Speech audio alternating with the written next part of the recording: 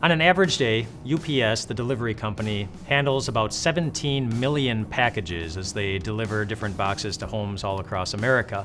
During the Christmas season, however, that pretty much doubles. That the average delivery for UPS for one day, it's about 34 million packages on one day. You might recall just a few years ago that UPS didn't deliver all the packages that were being expected by families and homes in time for Christmas, that a whole lot of packages were late and a lot of people were very upset, and the reputation of UPS took a really big hit, and they were so embarrassed and so ashamed that they spent over $500 million before the next Christmas to beef up their infrastructure to make sure that would never happen again, because they know we don't like to wait for good things that we expect are coming. And it's not just Christmas packages. There are a lot of other good things that we have to wait for, and maybe even more important things.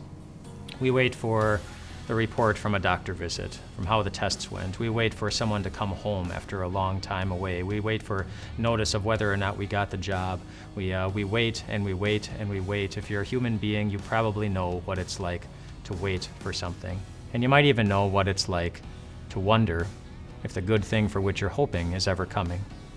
And in the middle of all of your waiting for different good things, it's good to remind ourselves of the one thing for which we do not have to wait, the gift that God decided to give us at Christmas. And Colossians chapter 2 tells us exactly what the gift is that God decided to give us for Christmas, where it says, "For in Christ all the fullness of the deity lives in bodily form." In other words, in the body of that little baby Jesus, we find the deity, which is just another word for God. So for Christmas, God decided to give us God, expecting that would be enough, to have God in our back pocket. Sometimes we live as though the gift of God simply isn't enough. And yet it is. I mean, just like UPS was willing to pay over $500 million to fix their delivery problem, just as they were willing to pay a cost to fix things, so God was willing to pay a cost. There was a price associated with his gift to us.